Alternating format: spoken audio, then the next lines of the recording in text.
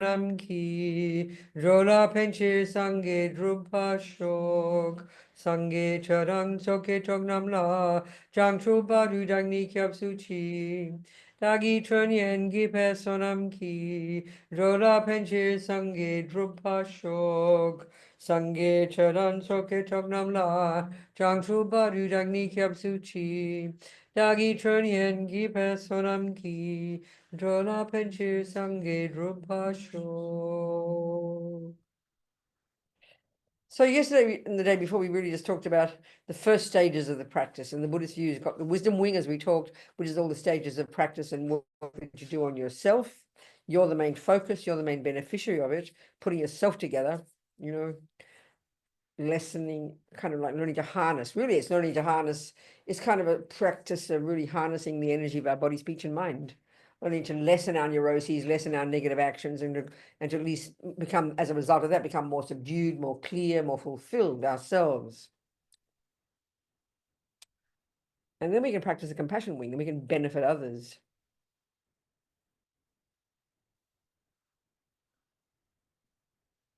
We'll talk about that today.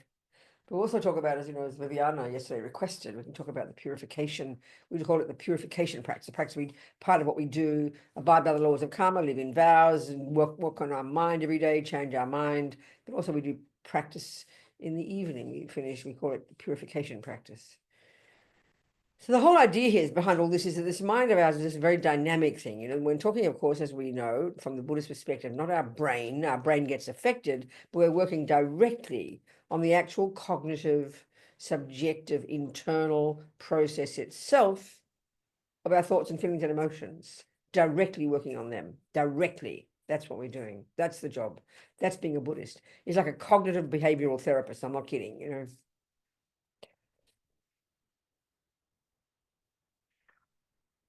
And the difference is too, the difference, I think, from our perspective in the world, the modern, the psychological approaches.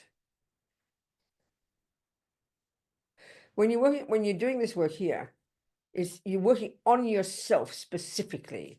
There's no instructions about, well, what if your husband says mean words to you? What will you say back to him? What do I do when someone is unkind? What do I do when, you know, I mean, when we talk about therapists, we work in a broader way, I think. We relate to what's going on in the world, and then we kind of, there's an encouragement to sort of say what we want to people and explain you shouldn't do this and blah, blah, blah. There's sort of, being a bit rough here, a bit vague. But in the Buddhist one, it's specifically dealing with yourself, specifically dealing with yourself. Sort of learning to know what's your business and what's someone else's business.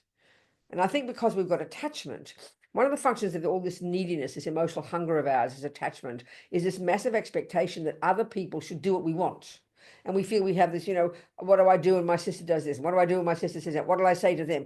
We sort of, we include in that, well, I should, how to sort of, we try a lot to change other people, change their situation. Here, though, it's really specifically looking at yourself, dealing with yourself, changing your behavior, changing your words, changing your thoughts. It's sort of shocking in a way, because we have a very strong feeling that the world is the problem. He is the problem. She is the problem. When that goes wrong, you know, it doesn't mean you sit there like an idiot and allow things to flow on top of you. It doesn't mean you don't try to change things. But I think with people, you know, the ego really believes it's other people who are the problem. So we think our job is to change them, you know. It sounds like a small thing, but it's kind of massive, actually. And it's quite hard. Because when you're angry, you never think for 1 second you've got a problem. Not for 1 second. When we're, you know, really, we never really think we've got a problem. It's always the other person, isn't it? We kind of know that. When we reflect upon it afterwards, we'll think, okay, I did play a role in that. But that's not very easy for us to see.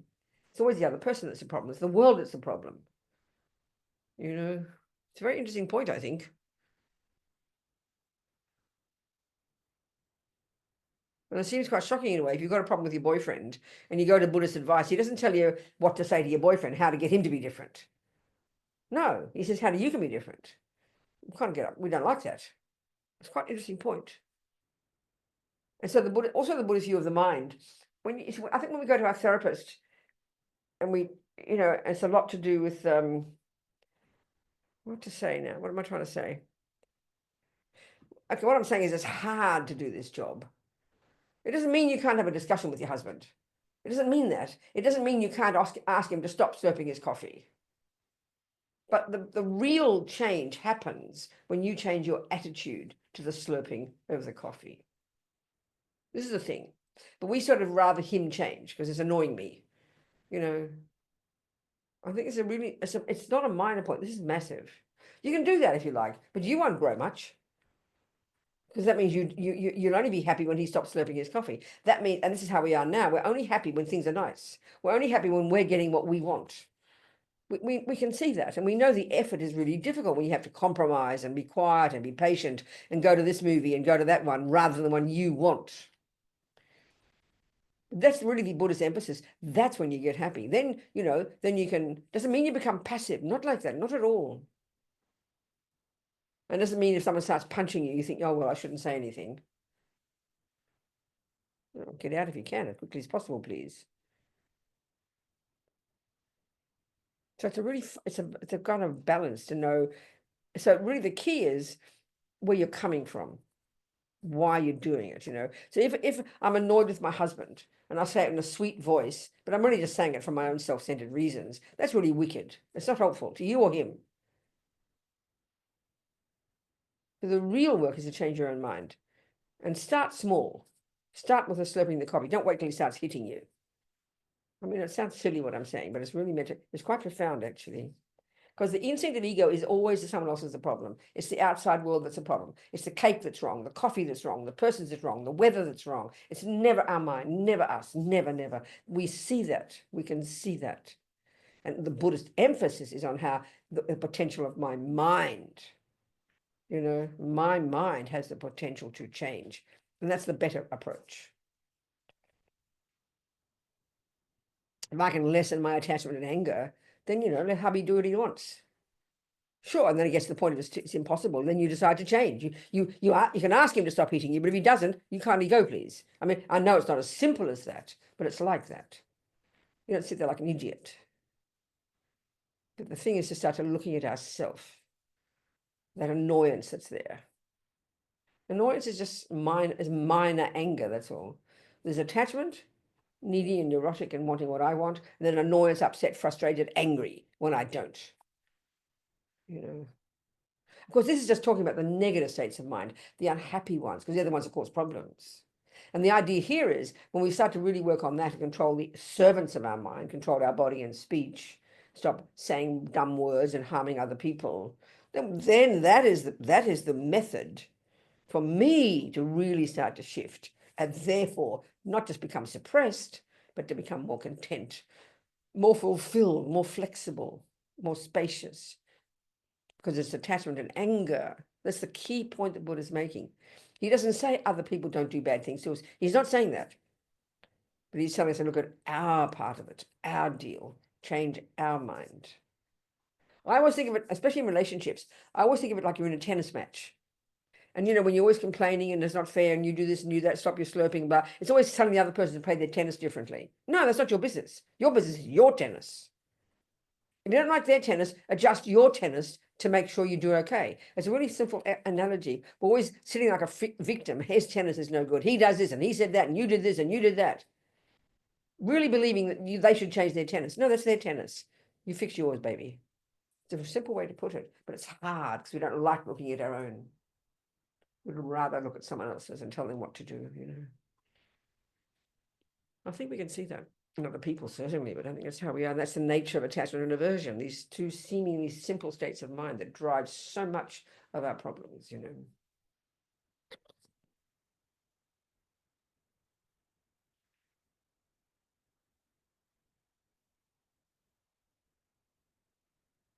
And so, of course, in the beginning, we're the beneficiary of all this, but eventually as we start to, work on this, and then we are capable, if you like, then we're kind of qualified to be a benefit to others now because we're more together in ourselves.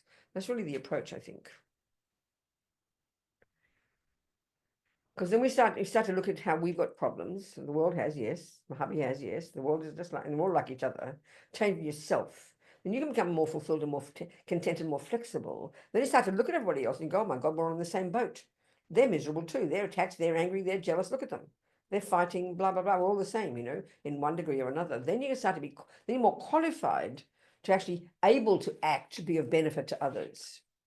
Don't try them just to make them do what you want, but for their benefit.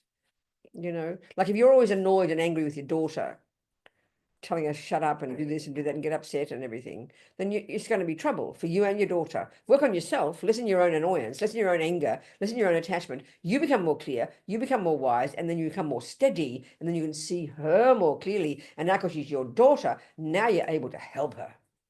Not just respond and react blindly like we do in our relationships, and then it just makes a mess. Then you can have more skill, more wisdom, because you can see her more clearly. When you're seeing her through the lenses of your own annoyance and your own upset, then that's a disaster. And that's how we are, You're not qualified to help your daughter if you can't work on yourself. That's the way of putting it. Because these delusions, this attachment and aversion, get in the way of our love and compassion and kindness and our wisdom. They get in the way. They make a mess of it. We can't see past our own nose. Because in their nature, they're self-centered. In their nature, they blind us,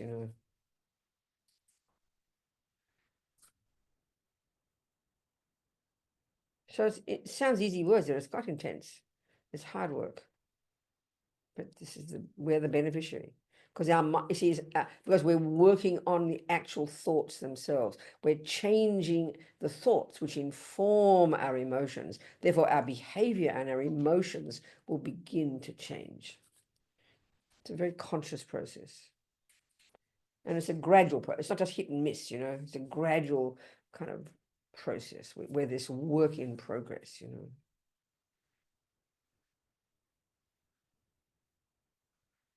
So we can see when we discuss, and let's go into this here now. Like I said, one of the very first techniques that we use in meditation, it's a meditation technique and also a thinking and analysis, in order to begin to want to develop love and compassion for others, not just, and to see how limited we are at the moment, how our love and compassion and kindness are limited by our attachment, and our aversion. So when we look at that, I think I used that example of the friend, the enemy, and the stranger. The whole world can be divided into those three categories. That's it. And they're the objects of these three poisons. The friend, in this framework, is the object of our attachment. Enemy, we mightn't use the word, but it's a useful word here. The object of our aversion. And the third category, 99.99% of the world, so-called strangers, the object of our indifference. One of the qualities that come from this ignorance, the root delusion, friend, enemy, stranger. And the whole world is like this, which including animals. Because the Buddhist view of the world, interestingly, applies to animals as well, not just humans. It's very interesting, that point.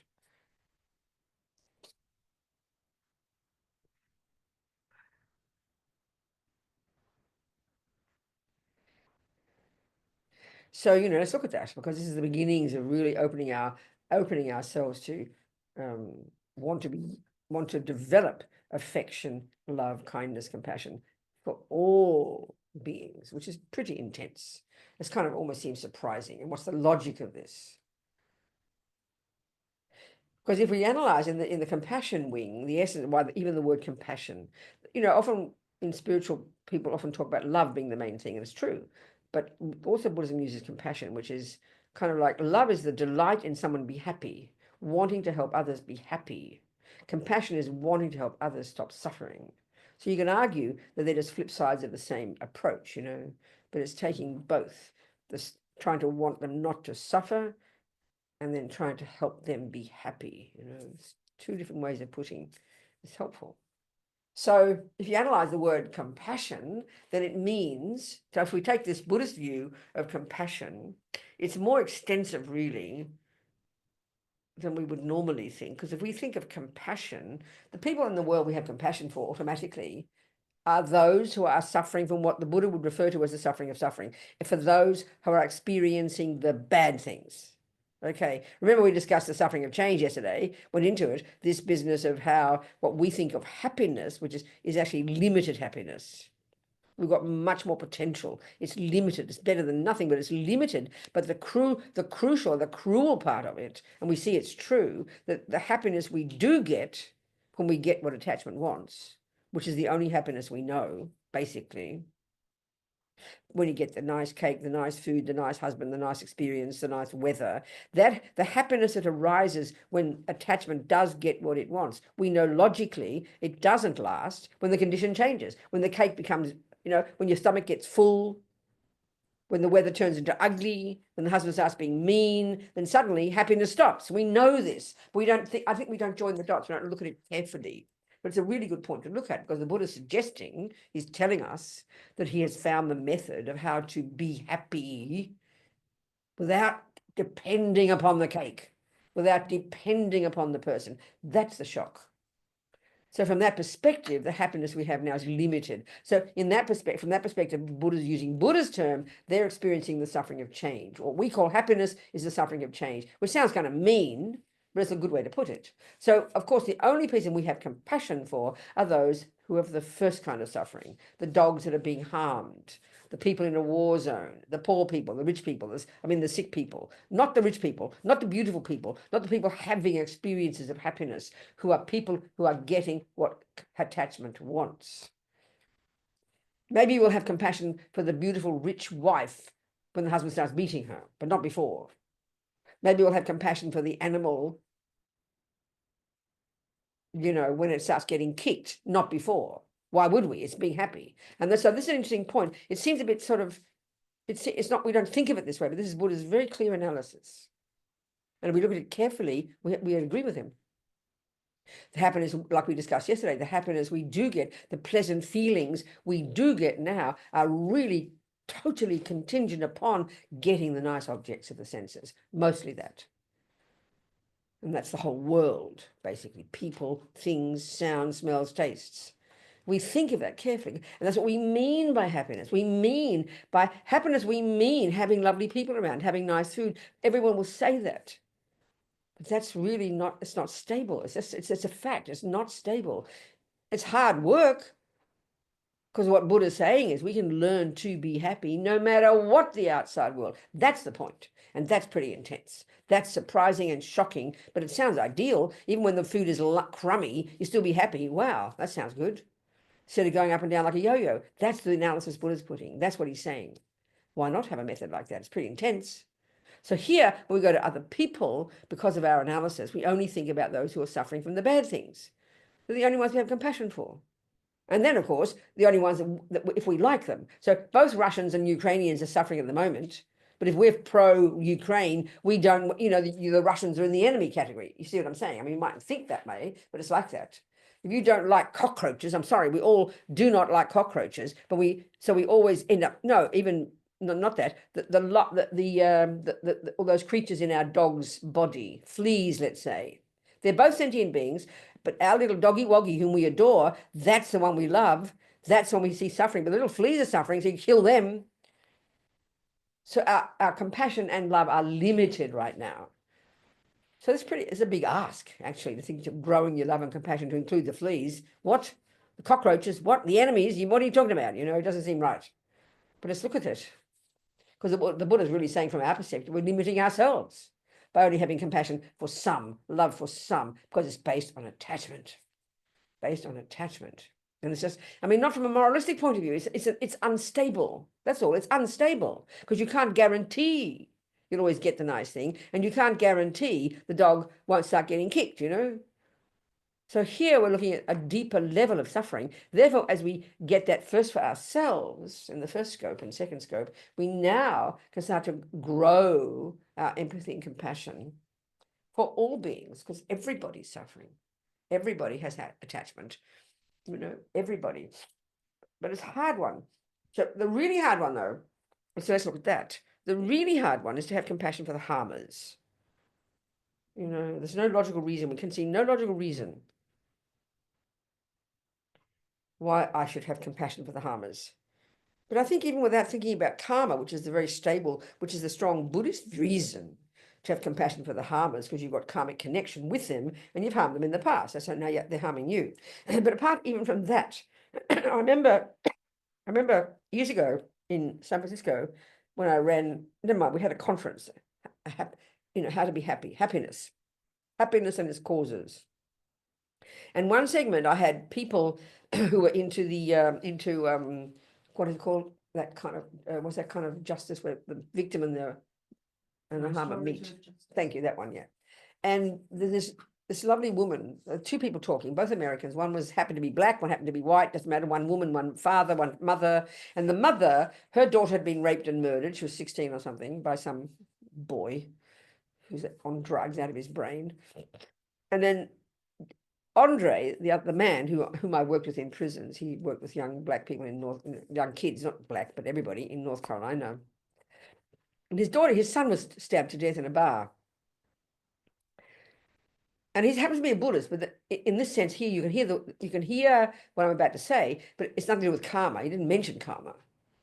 He said he was on the news that night, and it was very powerful when you see this little news shot on the television. He was asked, how do you feel about the murderer of your son?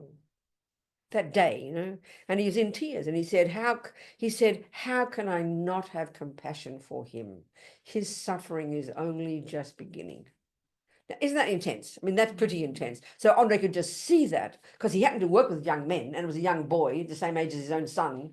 So he had enough, equilibrium, enough steadiness because he'd worked with these young men. And he even though he loved his own son and was attached to his own son, he was able to see, this boy, for whatever reason, he killed his son, that his suffering is only now just beginning. I thought that was pretty powerful, pretty amazing example. So the Buddhist typical view of why you suffer, why you have compassion for the victims, the suffering. I always tell this story about these young Tibetan nuns years ago at a conference Richard Gere had in New York in 2003 or something. And I was running this prison project that I was running for 15 years. And he invited the Dalai Lama to New York, and then he decided he'd invite former prisoners, all of whom had done some kind of meditation in prison. So he invited people like me as well, who are working with people in prison. And so he also invited two young Tibetan nuns who'd been imprisoned and tortured and raped, for several years, young women. He invited them. So it was a very moving day talking to all these people, black, white, Puerto Rican, American, whole cross-section of American people. And they're all talking about their suffering and their dramas and their struggles and dealing with it. And of course, it was, it was intense and interesting and listening. They met the Dalai Lama, they loved him, blah, blah, blah. But the young women, it was interesting for them. And I think this is a really helpful talk. The way I'm going to describe it is explaining the benefit, explaining this analysis that a Buddhist would have, understanding attachment, understanding anger, and understanding karma, these fundamentals in Buddhist psychology and Buddhist philosophy. And if you're really practicing, play a huge role in shifting the way you see the world. So these women, one of them, I think both, maybe one talked, I can't remember. It was very, and they were, and first of all, they were very quiet, very sort of quiet, very low key, I think, and they were describing the suffering, torture, being raped, like this, pretty intense suffering. So that what was interesting, I think, was you could probably, all those Americans who were there, you could probably argue that if you want to quantify suffering, theirs was worse than everybody else's. You could argue that. But what was really evident to everybody else was that these young women weren't angry. I want to talk about this. I think it's such a helpful example to really explain, if you like, the way I want to put it, the psychology of anger and attachment, which we totally take for granted. They're natural functions of normal ego, the way we would say it in the West. But for the Buddha, they are the source of our problems, and we can change them. So if you analyze this one. So first of all, these young women, remember that Buddhism has been in Tibet probably, I don't know how long, 700, this amazing Padmasambhava, this kind of saint, scholar, yogi, Indian, kind of went to Tibet and then gradually, brought Buddhism with him in his mind, and then other Indians came and gradually Buddhism became stable in Tibet. And by the time in 1959, when the 1950, when the Chinese invaded, Buddhism was, Tibet was 99% Buddhist, you could say that. I think the Christians, they talk about I think the Catholics went in the Middle Ages, I think the Jesuits went to Tibet, translated the Bible into Tibetan. They couldn't get a single Tibetan, you know. I mean, they were content with their Buddhism. Over the years, different people went. And Buddhism basically was 99, Tibet was 99% Buddhist. A few Muslims, I think a few Muslims. Yeah, a few Muslims there. I remember in Kathmandu, I met a Tibetan Muslim Tibetan doctor. She was amazing, Muslim. Anyway, basically totally Buddhist, right? And so it was totally, and so they think about it, this view that I'm telling you about, a view of karma, you know, is completely in their bones. It's part of their entire culture, their worldview. It's utterly integrated for 1200 years. Think that like that. Imagine that. So that means it's in their bones since they're born. They've never heard of a creator. They don't study other religions. 99% of Buddhists, Tibetans are Buddhists. They've never heard, they know about it. Okay, they study in the monasteries and they debate all the different philosophical views. But ordinary people, you know, you hear some people, you hear about, oh, some people believe in a creator. There's no concept. You've got to realize that. There's no concept. Therefore, there's no concept of punishment and reward. In that sense, in the fundamental, of course, there's punishment and reward if you're naughty, mummy will might tell you off. That understand that, but the fundamental things like, you know, of ethics, it's natural law. That's just in their bones, right? Now, this is my point I want to look at. It's interesting. So that means, these young women didn't express much anger. And that for us is very surprising. When bad things happen, you know, anger, how dare, outrage, the pain and suffering of it. And so let's analyze what anger's saying. Let's think about it. Think about it. What anger, if you analyze what anger's saying, it's saying, how dare you do that to me? I don't deserve it. That is what anger is saying. Now, if we look at the world and see terrible people do terrible things, our compassion is exactly the same. How dare they do that to them? They don't deserve it. I think we've got to look at that. That's the philosophy of anger. How dare they do that? I don't deserve it. Well, if you have the view of karma, there is no such concept. I've got to tell you that. If you have the view of karma, you come into this life and you learn from tiny age that you came into this life from a past life. Everything you are, what happens to you, you created the cause of it. And then you work with that view every day and it becomes the basis of your practice. Then of course you wouldn't be angry. Why would you? Anger means, how dare you do that to me? I don't deserve it. That's not true. Karma says everybody, whatever happens to us, all our happiness, of course we deserve it. We created the cause. We set it up. And if the suffering is there, you don't say we deserve it, which is how heavy we talk in the West. You don't say it like that. But you know you created the cause. So it's a bit like, you know, this is why Buddha uses the analogy of fruit, seeds and fruits. Well, I love that analogy. Because if you think, this is a really good point. If you think you have a garden and what's in it, you know it's your garden, and it is your garden. By definition, it's your garden. You would never say one morning, hey, who put weeds in my garden? How dare you put weeds in my garden? I don't deserve it. Of course you wouldn't say that, because you own the garden as yours. You take responsibility. If you look in your bank, how dare there be no pounds in my bank? I deserve pounds. We would laugh at that. Well, that's the view of karma. If you're working with it, you see the world like this. Everything is like your life is like your garden. You're not this innocent victim that someone else made and plonked on it. I'm sorry to say it, but that's the view we have. Now, I'm not being rude here. I'm trying to explain in my direct way. Of course, I totally have incredible respect for people who have faith in a creator. Because if you have faith in God, if you have total faith in a creator, and most Christians don't, they complain and moan about God. Italians have terrible words when things go wrong. God is a pig. I remember Lama Yeshe in the 1980s, he went to visit one of his monk friends in the hospital, and he was shocked at all the things the Italian men were saying. God is a pig and things like that. Shocking. He was shocked that they have such rudeness about their creator. So if you have total faith in your creator, of course you trust God. You totally trust God has a plan, and you have total faith in God. You're happy, like the Muslim says, you know, it's God's will. I think that's an amazing way to live your life. I'm not complaining. I'm just saying that's not the Buddha's view. And nor do your mother and father, because we love to blame our mother and father. No, we don't blame our fathers, we blame our mother. Mums get all the blame. Very funny, isn't it? I've never heard a person write a book about the evil father, unless, of course, he stuck his penis in them. I'm sorry to be blunt. That just came out, okay? Unless it's sexual abuse, you don't blame your father. Everything else is your mum. I'm just joking now. I'm not being a Buddhist. I'm just making a joke.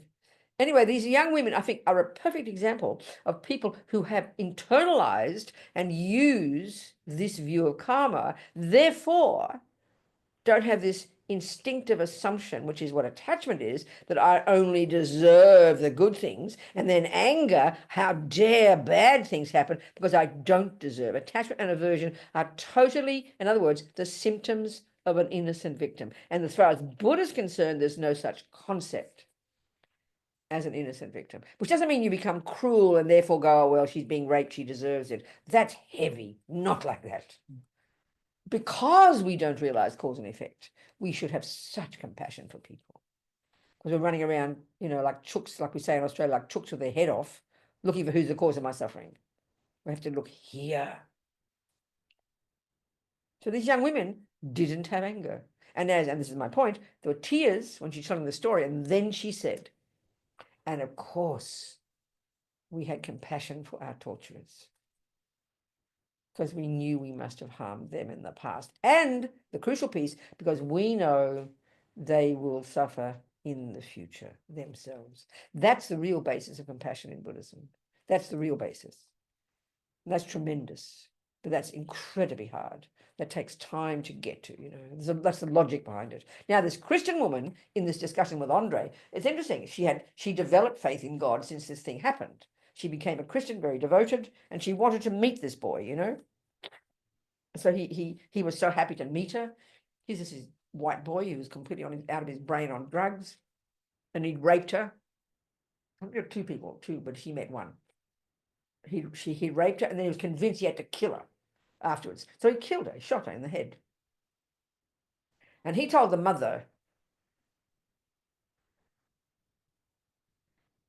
the daughter said that before he told the mother that before he shot her, she looked him in the eye and she said, she was 16, I forgive you, and God does too. I mean, that's pretty intense, isn't it? I mean, can you imagine? 16-year-old about to be shot. You've just been raped, now you're going to be shot. And she said that.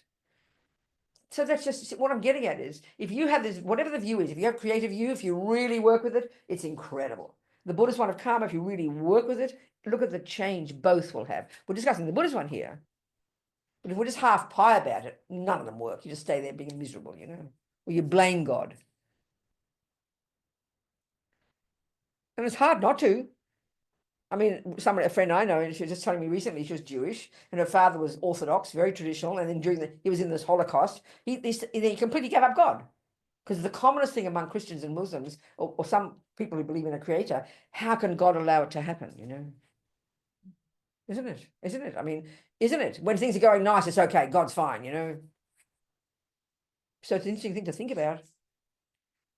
I remember one Muslim woman, I asked her, when bad things happen, how do you think about it? She said, God knows what he's doing. I accept.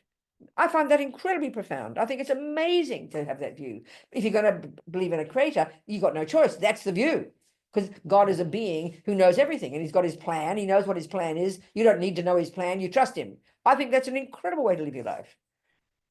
You'll be happy. But here, that's not the view. The logic of the Buddhist view is karma. And if you're really working on it properly, and it's intensely hard, you've got to apply it. You don't just say, oh, it's karma. You've got to analyze it. Think about it. Apply it every day. Think about it, study it, work with it. And then when things happen, good as well as bad, you created it.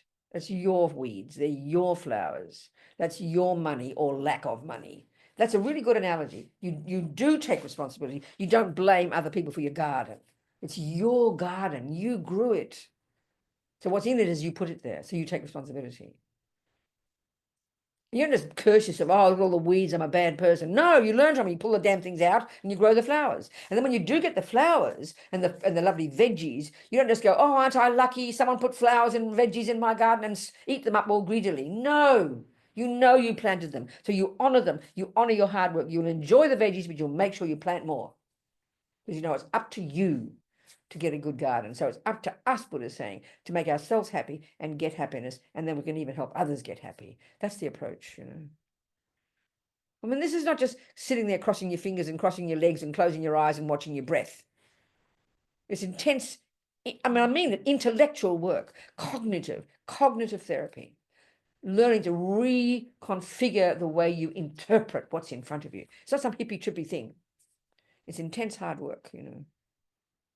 Reinterpreting. That woman, that Christian woman, she reinterpreted, that daughter, she had this interpretation of things. Incredible. I forgive you, and God does too. Wow. Andre, all he could see was the suffering. His suffering is only just beginning. His heart was big enough to include the boy that murdered his son, you know. And these are all concepts. You've got to hear, these are concepts. I'm speaking words here. And then the words inform your life, inform your behavior, inform your way of seeing the world. So when you've got anger there, it's like your angry glasses, everything will look jagged and ugly, and it's completely all against me. That's the thing about attachment and aversion. They're totally self-centered. Don't feel bad about that. It's how we are. It's why we suffer. They're totally self-centered, totally narrow, you know. They're deeply ingrained in us. It takes time to pull them out. It takes time to change. We've got to own them, not feel guilty. Guilt is a disaster.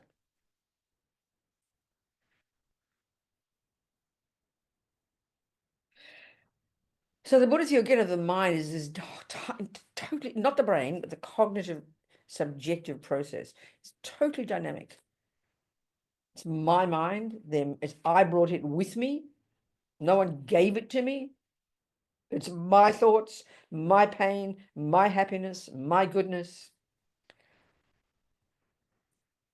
But the trouble is, isn't it? We all know this. The trouble is the thoughts that seem to loom large are the unhappy ones, negative ones, jealous ones, you know, low self-esteem thoughts, guilty thoughts, jealous thoughts, angry thoughts, attached thoughts. For some reason. Well, the some reason, quote unquote, is because that's our habits. I don't ever hear a person say, I can't stop thinking good thoughts all the time. No, got to practice. Eventually, we will have good thoughts all the time. Got to practice.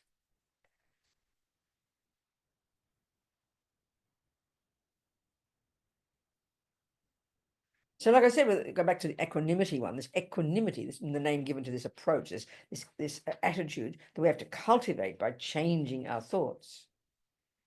Using logic, really. A lot of these meditations we do are using logic to argue with ego's misconceptions. So the friend, enemy, stranger one, right now, naturally because of attachment to get what I want, then the people I will be close to and the people I will feel affection for and the people I will want not to suffer and will want to be happy are the first category. Those whom we call our friends, our beloveds, you know, our poodle, our husband, our child, our sister. They're in the friend category. So, but as long, I mean, I can have attachment to them, but if they keep punching me in the nose, you know, my love will stop like a tap. And even though I'm attached still and wish they'd love me, I'll put them in the enemy category, you know. And then I do not want them to be happy. And the strangers is the hardest one of all. I mean, that's 99.99% of the universe, people who neither harm nor help us. So, of course, the natural response we have to them is indifference. We couldn't care. We don't even notice them. When you read about, because you read about so much these days and the whole world is so naked to us, you read these countries whose names you can't even say. You have no clue where they are on the map. Oh, they suffered, did they? Oh, I'm so sorry. You know, plus pass me the coffee. Hardly touches us. But it was our place. I mean, it's our country, our people. Oh, gosh, look at that, you know. It's sort of natural because you're close to it. So that's understandable. So what we're trying to do is expand our mind here. Expand. What we're trying to do in this process in the compassion wing is develop love and compassion, really, to the nth degree for every living being. But don't just force yourself. You've got to have this logical reason for it. I mean, you could argue the logical reason for a Muslim or a Christian to have compassion for everybody is because God is in everyone. God makes everybody. That's good enough. That's powerful. That's just not the one here. That's all. The Buddha's view is everyone wants to be happy. And this is where we go back to this point I made yesterday, which sounds a bit technical, but please, it's the Buddhist analysis, the Buddhist view. Got the three categories of states of mind: the negative, neurotic, deluded ones, the I-based, fearful, ridiculous, distorted, unhappy ones, the positive, useful, virtuous, altruistic ones. And then the third lot, this, as I call the mechanics of our mind, that don't have the characteristic of being virtuous or non-virtuous. They're just there. And you need to cultivate them. So intention, attention, concentration, good memory, discrimination. And the one is in there that's called feeling, which sounds completely different because we think of that as emotion. That's not the way we're talking here.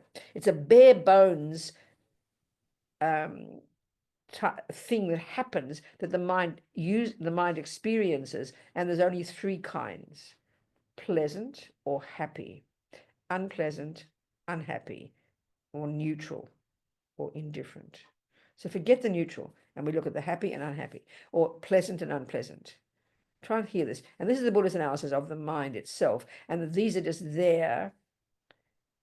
And the natural, and so, but they have a cause. That's right. So the point is here. If your mind experiences a moment of happiness, this is the long-term view now. This is the long-term build-up. If a moment of happiness arises in your mind, the external it's like if a flower pops up in your garden at this minute, you see it come up, whatever it's called then, a sprout or something.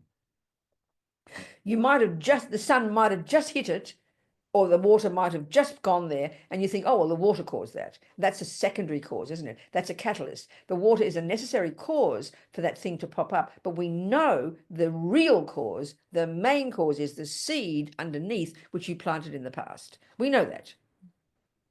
Botany is something like that, I think. I'm not good at botany, but I think it's like that.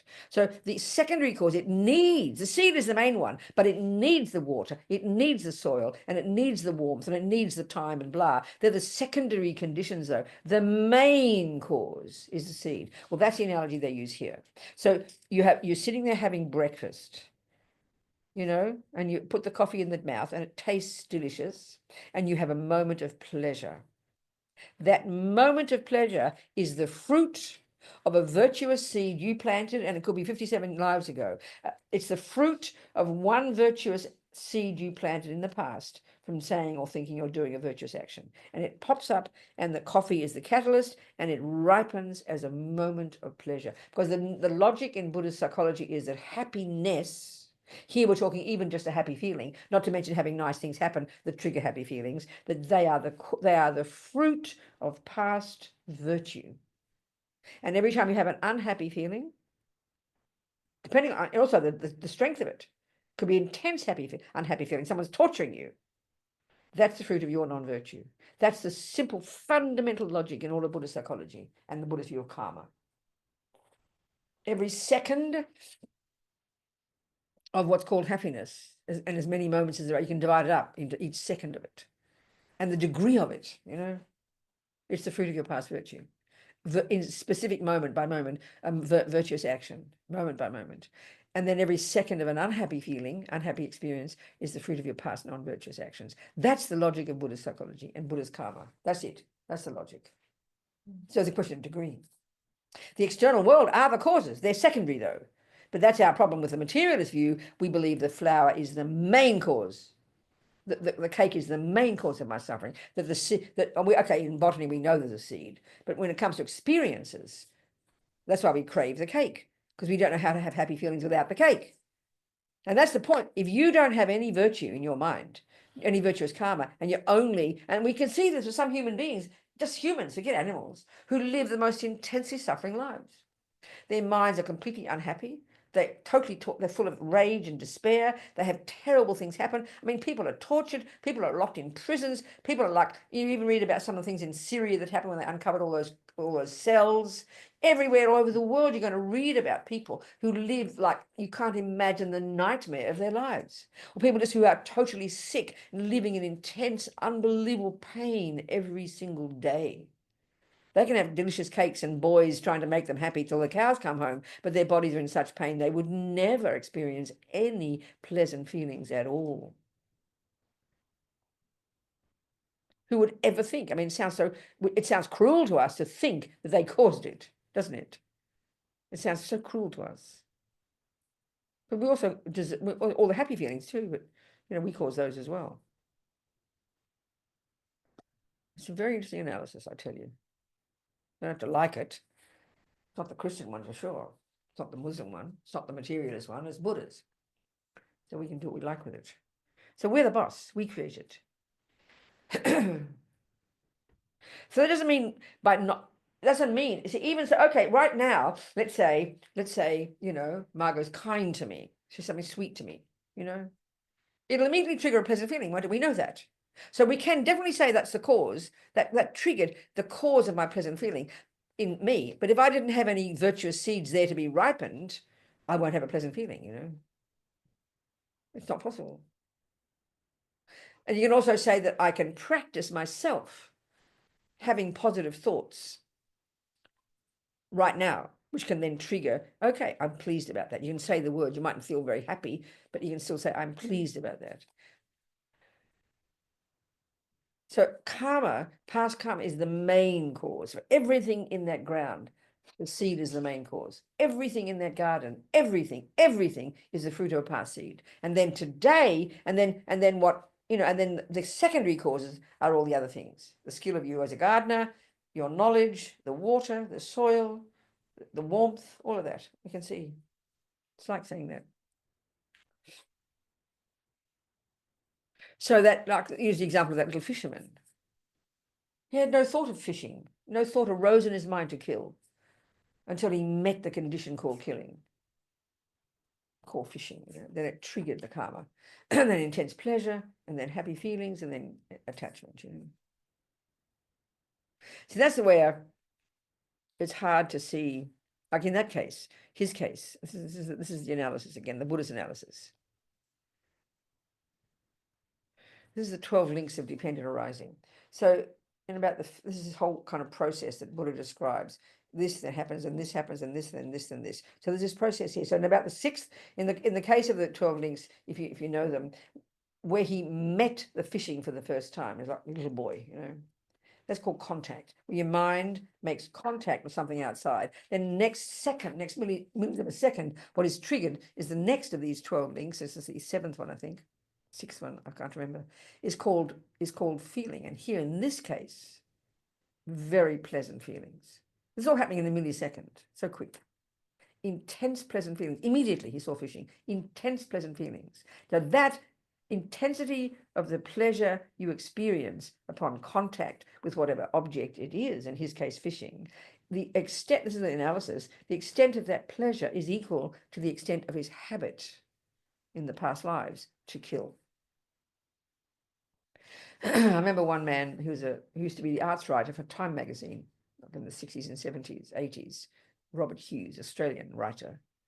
And he was totally in love with fishing. He talked about when he first went trout fishing, it was like a cosmic experience. What that says is he must have had intensely strong karma to kill fish in this case. Because the moment when he saw this experience, it caused incredible pleasure. And that's where it sounds so shocking. If that pleasure that's in his mind, the seeds are in his mind from past virtue. They don't come from fishing. Fishing is just a catalyst because he'd had the habit to kill. But this is a tragedy because the next second after that pleasant feeling, the next link is the 7th or 8th, I forget, it's called craving, which is another word for attachment. Then all this happens in a split second. 1, he makes contact with fishing. 2, intense pleasure arises. 3, attachment kicks in and then exaggerates the deliciousness of this whole scenario. The more the pleasure, the more attachment exaggerates it. And so it makes it look and appear divine. So that means all those years that he went fishing, he became a professional fisherman until he drowned scuba diving when he was 29. He was a lovely human being, kind, compassionate, wise, intelligent, but because of the intensity of that habit to kill, because of the intensity of the pleasure it gave him, and because of the intensity of the attachment that exaggerated its deliciousness, He literally never could see the suffering of the fish, not for 1 second. I mean, you've got to have compassion. He was as blind as a bat. His mother, she talked to me about it. She never liked fishing, but she tried to respect her boy's wishes. And she didn't like, but he would always ask her to come with him. So she did one day. And you could say, because she didn't have any intention to kill, she had no karma to kill, therefore she didn't have pleasant feelings when she saw it. And therefore she wasn't blind. So when she saw the fish, all she could see was the suffering, which is the truth. Those fish were extremely not happy. Fish die a terrible death. They don't have legs to help them get out of the body, the boat. They just have to wriggle their body. They don't have eyes. They just have wide open eyes looking shocked. They don't have limbs. They haven't got a voice. He saw flapping fish for 25 years of his life, hundreds of thousands of them, never saw suffering because of attachment, because of attachment, because of attachment. Because attachment exaggerates, it makes the thing look divine. You didn't have anger. Fishermen aren't angry. They don't want to harm fish. It's because of attachment to past, because of past habit. That's how karma builds up, you know. That's why you can understand torturers, understand pedophiles. You know, I remember reading about years ago, American multi-murderer who killed people, ate their brains, that kind of thing. You know, we're so shocked by it. Jeffrey Dahmer, I remember him. I remember him because I know the people who work in the prisons, people in the prisons, because some prisoner told me they knew the person who murdered Jeffrey Dahmer in prison. And now I'm name dropping prisoners, you know, it's so funny. Anyway, just Jeffrey Dahmer, I remember reading about him, and he seemed to have many good qualities. Like he had kind, he was generous and intelligent. And he says this is a tiny boy. You know, his mother didn't teach him. He was a tiny boy. He was compelled to torture creatures because he got intense pleasure. So that's because of that thing that shocks us. But that's just instinctive. He didn't plan that. That's due to past habit. He was programmed from past killing to even get intense pleasure from it. So of course he was compelled to keep doing it. And of course he had to keep it secret. And he moved on to animals and humans. You have to keep it secret. The world won't approve. Of course you have to keep it secret. But people don't keep fishing secret because the world accepts it as normal, isn't it? If suddenly you're in a culture where fishing is shocking, you do it in private because you don't want to be criticized, you know? So this is where karma explains why we are how we are. I mean, I find it at least reasonable. Why a child, even at the age of 4 or 5 or 3, I go on YouTube and you see all these little boys, little girls, 3 years old playing Bach. You can't believe your eyes. You just can't believe your eyes, you know. So the only explanation, as far as I'm concerned, is karma. To me, it's the most viable one you can come up with. They came into this world programmed with, you know, Jeffrey Dahmer came into the world programmed to torture and kill. This little boy came into the program with playing music. I remember playing, when he was about 6, he was playing this Chopin piece or Mozart or something. And I've got a composer friend in Guatemala, and I just rang up my friend and I played it to him. And he heard a super advanced musician. Do you understand? But he was 6. So you can't explain it in the normal world, can you? Nor can the little boy. He doesn't know why he can play piano. Jeffrey Dahmer didn't know why he wanted to kill. So this, for me, the only explanation is karma. You know, your consciousness comes programmed with those tendencies. And the Buddha's view is there's nothing that you ever think or do or say or eat or smell or taste or touch or think about that doesn't stay in your mind. So it's kind of seems, this is for me about the most reasonable explanation I can come up with. Find it useful. And therefore to have compassion. You have to have compassion. For their sake. They're harming themselves, not to mention everybody else. But that's the point in the first steps. You've got to have it for yourself. What we end up having is guilt. I'm bad, I'm no good, I'm hopeless, I'm this, I'm not enough, blah, blah, blah. We're our own worst enemy, as my mother used to say, you know. So this first stages, it sounds kind of punitive, but it's the process of having compassion for yourself. Learning to take responsibility, learning to harness your energy, body, speech, and mind for your sake. You are the beneficiary.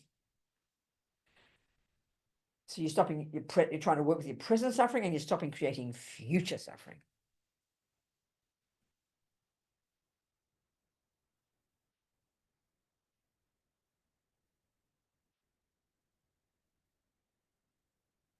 And that's where we might go around torturing fish, killing fish all day. But this is where our attachment can make a mess of our good relation, make a mess of our virtues. It makes, because attachment only sees what it wants.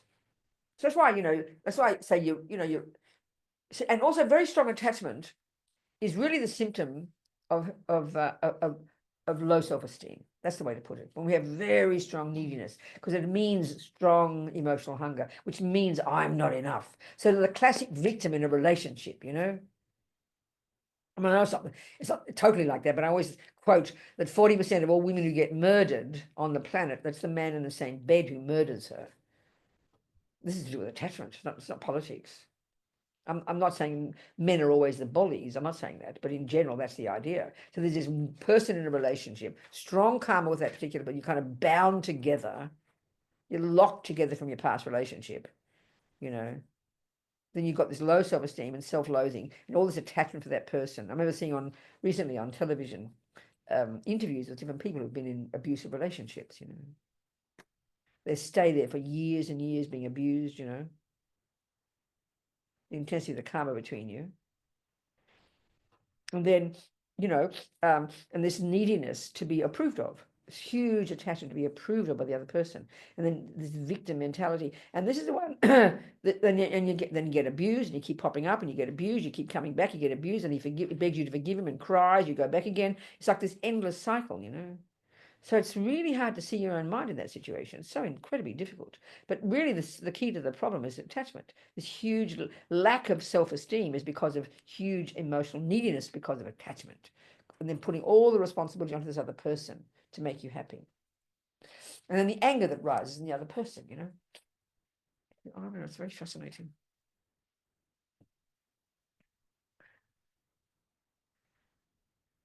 Chatting away here. Any questions, people? Any questions? Where's that a hand? Yes. I've got a question. Yeah. Talking about compassion with, aggressors, let's. Yes, yes.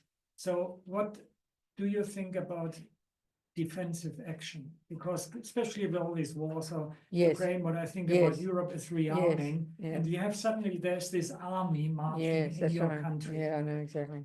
So, No, I find it's a really hard one. I mean, the world's view for sure and enables and approves of defensive action, as you're saying. But I'd have to use. I can't tell anyone what to do. But all I can do is quote the Dalai Lama and his approach. Yeah.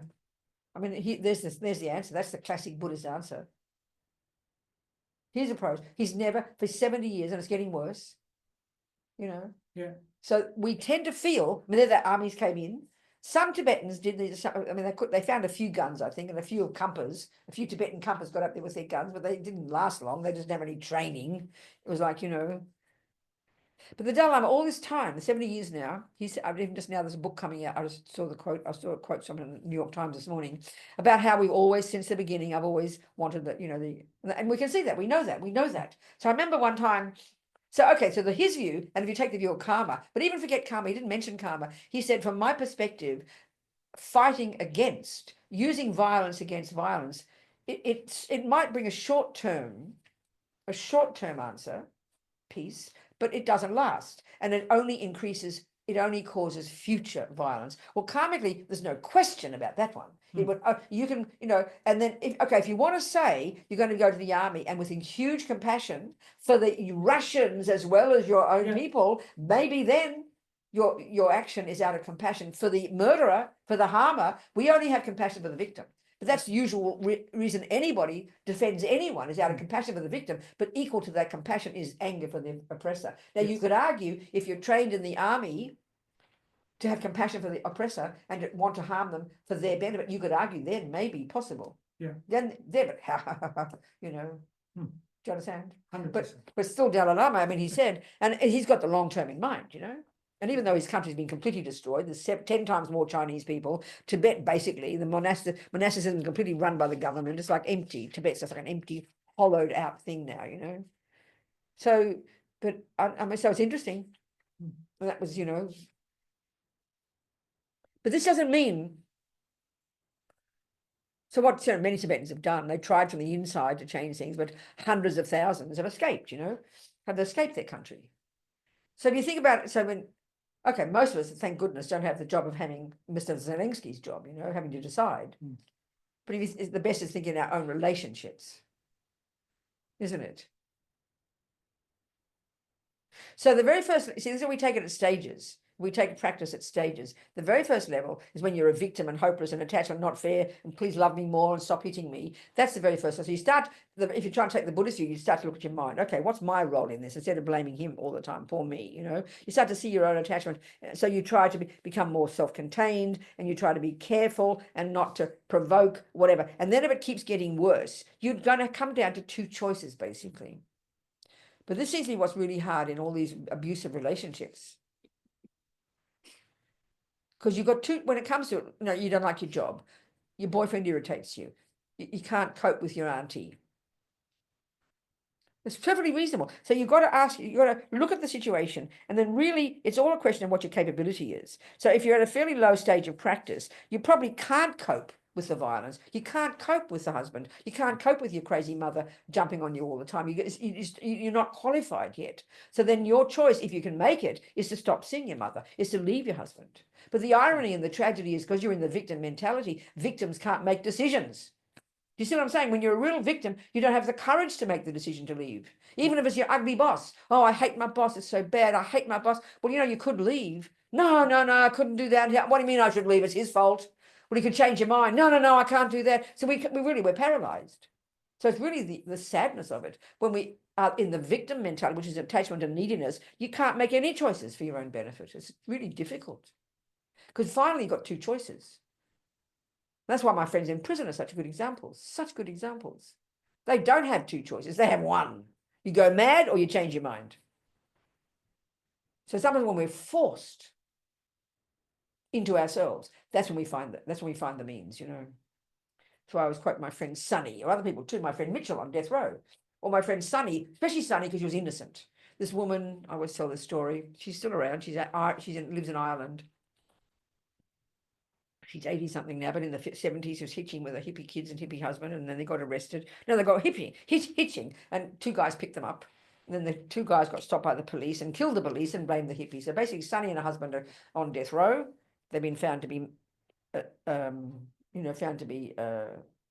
guilty, and they're going to get executed. You know, so they start appealing, and the husband eventually gets executed. His head burst into flames. She said, "I mean, you can't imagine the nightmare. It's like medieval." She lost her children, you know, kids got given to the state. Her mother and father got killed in a car accident. So there's one nightmare, and she was a nightmare after another, and she was in a cell on her own for like years. Most of the first 12 years on death row. 5 more years before she got out, when she was found to be innocent, which she was all the time. 12 years, first 12 years, mostly in a cell on her own with a Bible. That was it. No resources, no contact with friends, family dead, husband dead, children gone, innocent. So, I mean, enough to make most people go crazy. And I know from prisons, people do go mad because we don't have the inner resources to handle it. You know, it's so intense. But somehow this woman, I can't get over this woman because she wasn't religious, she had no particular path. But she somehow had, when I call it, the only way to call it is incredible emotional intelligence.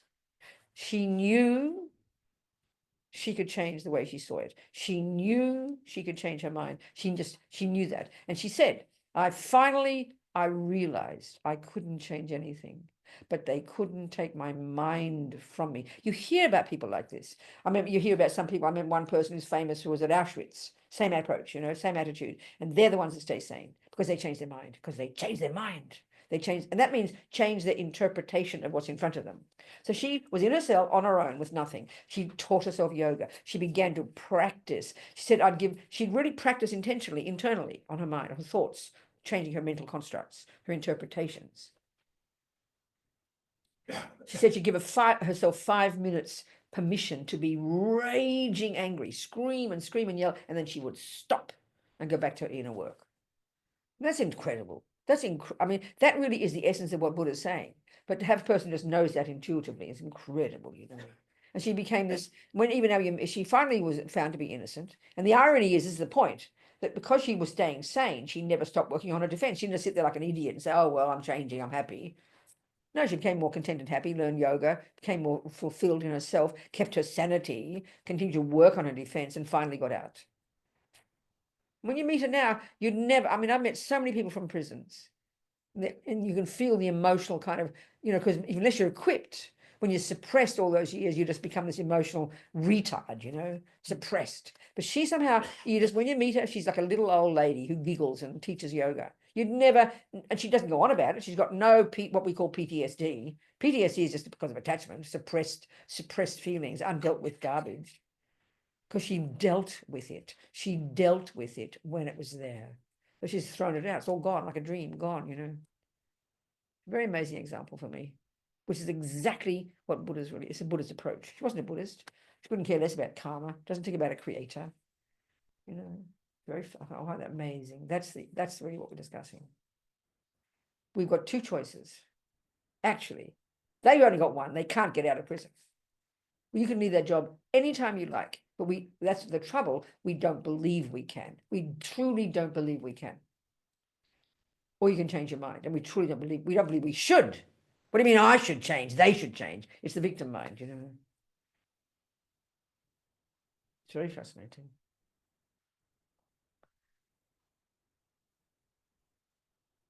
What else, people? Some questions or time for a little?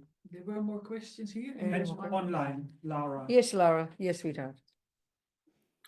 Hi, thank you. And I've got two, but here's one. About anger. Is it not ever useful, even the somatic impulse of anger that wants us to say no to future issues? For example, yesterday I was having a discussion about, histories of abuse in Tibetan Buddhism. Sorry, I missed a discussion about what? History of abuse in Tibetan Buddhism and The history of abuse and what? in Tibetan Buddhism. In abuse in Tibetan Buddhism. What does that mean? Sorry. Normally with figures with power, Rinpoches who have taken advantage. Oh, I see. Okay, so go on. Then the question is. And I felt angry, and I was using the anger as a sort of tool for the future. The anger. I understand. So tell me about that. No. Did you hear me say that analysis before? What anger is? Did you hear me say that analysis before? Yeah, it's like a moral outrage, but for me, it's not. No, stop. I've got to go further. I want to go further. Do you hear what I said before about those young Tibetan nuns? Yeah. And have this anger, because anger is saying, how dare you do that to me? I don't deserve it. So what you're saying is, how dare those Tibetan teachers do that because the victims don't deserve it? You're saying that, aren't you? No, I'm saying in the future, this needs to change. And then Okay, so wait a minute. So I hear you, darling. I hear you. You're trying to make the world a better place. How marvelous. It's called compassion. But I'm saying my anger is helping me to do that. Okay. What I'm trying to get, I'm not arguing with you. I'm trying to explain the theory. I'm trying to give the analysis first of what this anger is. Then we can go forward in our discussion. Often there's a tendency to think that anger is shouting and yelling, and we're saying here not to have anger. That means you don't shout and yell. I'm not saying don't shout and yell, but I'm saying it can look like anger, but if it's coming from compassion, then it's not anger. So if you're coming from compassion for the Rinpoche and the victim, then honey, you're on the right track, but you're not. You're angry with that wicked man for doing naughty thing to that poor innocent girl. That's typical anger, and it's victim-based, and it's not, that won't help you, and it won't help the situation. But strong action. Tibetans are the best political activists you will find. But I remember one of my friends in Tibet his father got murdered, his brother got murdered, he had to escape. And I said to him, and he's telling me he's in this big demonstration, he's demonstrating against it all, and he escaped over the mountains. And I said, Jigdrol, do you ever get angry? And he laughed, and he said, angry? What for, Robina? But he was demonstrating. So anger doesn't mean, like I'm shouting now, but I'm not angry. I'm sorry, I sound like it. I'm not angry. Shouting can be compassionate, but you're not being compassionate. You're being mad at the Rinpoche, naughty man. You're saying naughty man, and you're saying innocent victim. I'm just giving you the Buddhist analysis, Lara. You don't have to have it. But if that person who's being harmed, anyway, go on. I'm explaining that. Now tell me. Yeah, well, I'm still a bit stuck on my initial point because I'm not angry with the particulars in the situation. So what are you angry with? Why are I'm- you angry at all? I'm angry that it's still possible that that can happen in this. Stop. Okay, stop. Are you, I'm not asking so I can know how to talk to you. Are you a Buddhist or not? I'm just asking. Yes, I'm a Right. Buddhist. What do you mean? It's still, you've never heard of anger? You've never heard of attachment? You've never heard of negative karma from past lives? Why are you, in other words, you're surprised that it's happening. That's also nonsense and naive and absurd. That's an absolute nonsense to say surprised.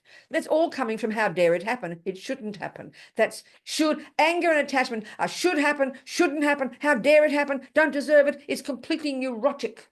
If you have the view of karma and you have the view of no attachment and no anger, you'll be out there with compassion trying to make the world a better place. Go for it.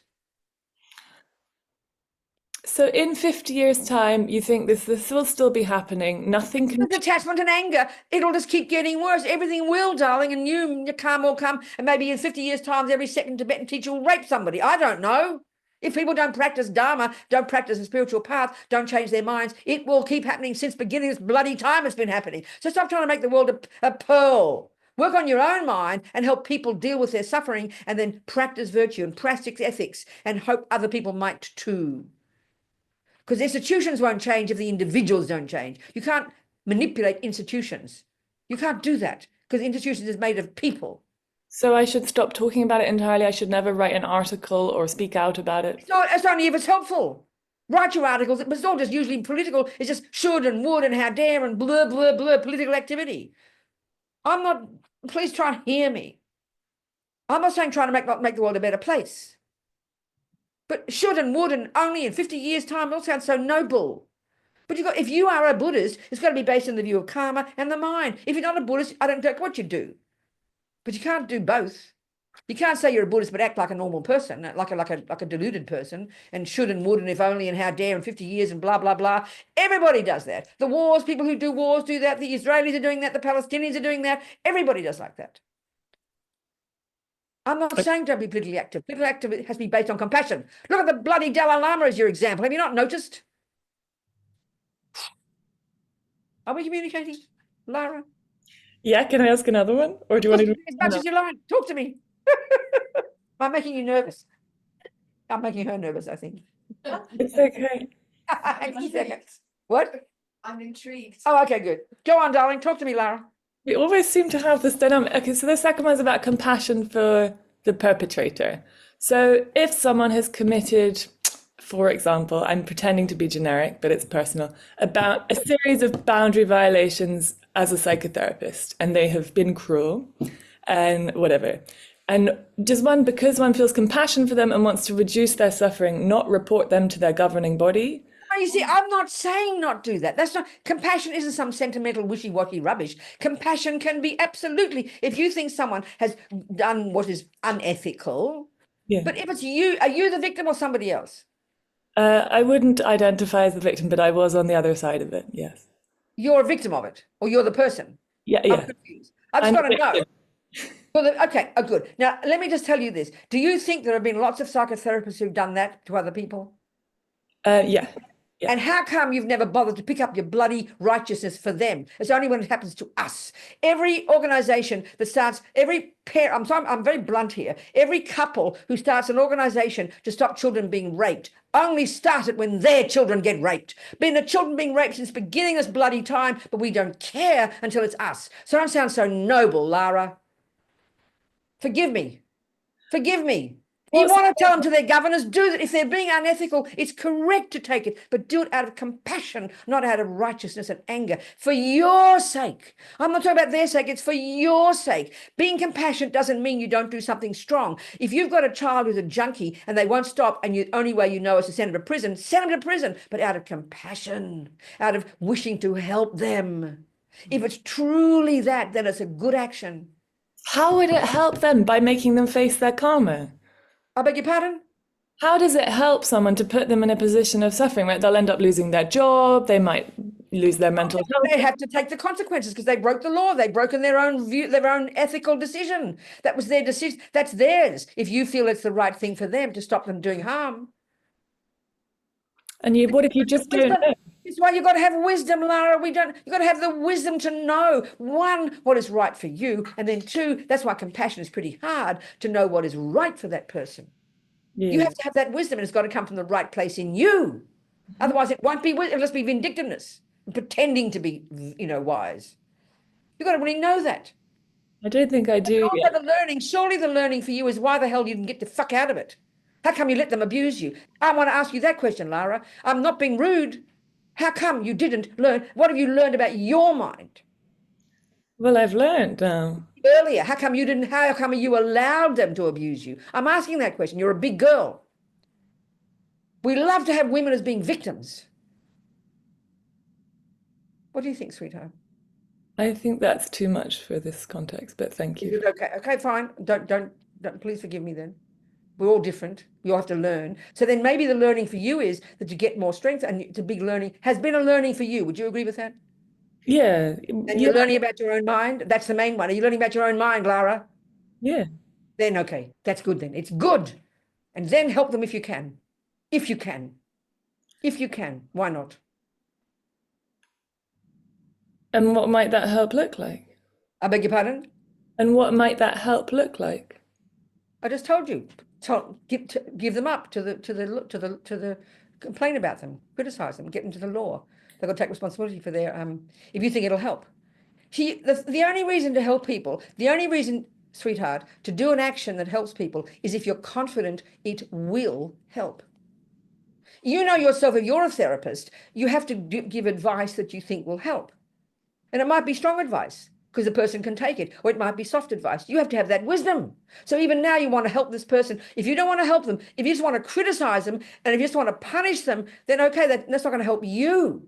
They might learn from it even better than you. They might really learn from that, but you don't know that. But it has to come from the place, a right place in you for your sake. There are two things here. One is the action you take has to help you become a better person, and the action hopefully will help them become a better person. But that's what we don't think. We just think they deserve it, and I'm angry and I'm allowed to be angry. That doesn't help you. This approach here is the action you do have to help you first. Then you can help others. So if you telling this person off and telling them, whatever you're saying the words were, and that'll help you become stronger and clearer and help you become a wiser, more compassionate person, then do it, please. But if it's not, it's just going to come from anger and resentment. It's not going to help you. Don't do it. Because you've got to work on yourself and help others. Two things.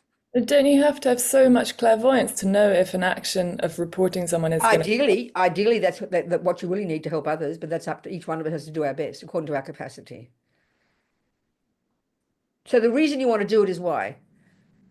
I mean, this is so good to have this talk, and thank you for being so open, sweetheart. It feels ethically... I don't have a strong enough sense that he continues to cause harm to have... You say it again, darling. You say what? You say to it. I don't have a strong enough sense that he continues to cause harm to have done it. Is he really harmful? Is he really harmful? He really is harmful, you think? He's done it to other people? You know other stories, or is it just No, you? I'm saying I don't have a strong enough sense. Okay. Have you said something to him? Have you given him advice yourself? That's an important one to Well, do. he said he would report himself, and he never did. So that this is me. I feel somehow, somewhere ethically unsound for it not being taken to the institutional level. But I'm no longer in touch with him. It's much too much for me. I understand, yeah. So you're still working with that, whether you should do that or not. You're still deciding, are you? Yeah. So tell me what you think a valid basis for your decision would be that would somehow be good for you and maybe good for him. What do you think so far? What's your feeling? My feeling is it would be good for me, but I'm not sure it would be good for him. In other words, you don't think he'll learn from it. That's what good means. He'll learn from it. It's tough love. I think he's already learned from what he did to an extent, and I don't know how much more learning he could do. He's quite anti-institutional, so he's not the kind of person who would bow down humbly to an institution and learn from them. But learn internally from it, know about his own mind. Yeah, I don't know. I don't know. That's what I'm saying. When you told him what you felt, did he accept it? Yes, but then he came back and was cruel again. Again? Yeah. Okay. So then you made the decision to leave. Yes. Well, that's good. That's exactly what abused women should do. Have the courage to leave. So you did a good move. And if you can help him, it's a bonus. But don't think that's the thing, this noble idea that to change it for the next 50 years, that's absurd to think you have so much power by you being so holy and noble and calling out all the naughty men. I'm sorry, as long as there are human beings and karma, it's going to keep happening. And you start work on your own mind, have courage from that, and then help others do the same. That's the best we can do.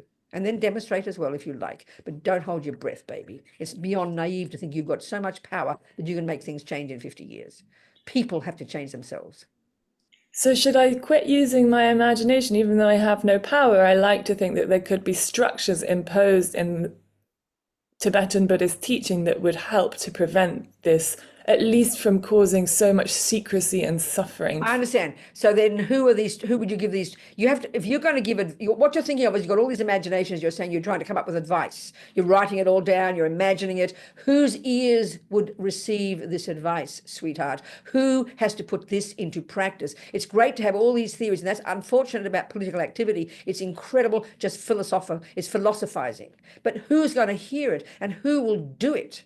Who will make it happen? Maybe the next Dalai Lama? It's not his job, dear. It's not his job. It's not his job. You're living in a fantasy world. That's what attachment does, Lara. Attachment goes berserk and makes it, you're noble in what you're trying to do, but it's total fantasy. Because it just sounds that's what all these political theories are. But who's going to do it? You've got to take human beings whose ears will want to hear it and who have the power to make these things happen. Well, someone like Jetsunma Tenzin Palmo has made changes that have... It doesn't mean I'm not saying you can't make changes. I didn't say that. Okay, just stop imagining and just make them. Shut up and mind your own business right now and do a bit of the wisdom wing and work on your own mind and become more clear and wise and more fulfilled and more content, and then maybe you can be more helpful, even more helpful to others. Deal with your own stuff right now. Thank you. Thank you, everybody, for Been very helpful, darling. Thank you for being so open. Okay. Thank you, sweetheart. This is really, I mean, this is before you go. This is such an intense, it's anyway, so because we all got different personalities and we all deal in different ways, don't we? You know, like Lara's one. And you tell me, go on. Okay, I don't fish, but say I was the fisherman and I had this karmic seed that was planted. Yeah, by you in the past. In the past, that gave me an overwhelming desire to want. That's right. Fish. Yes.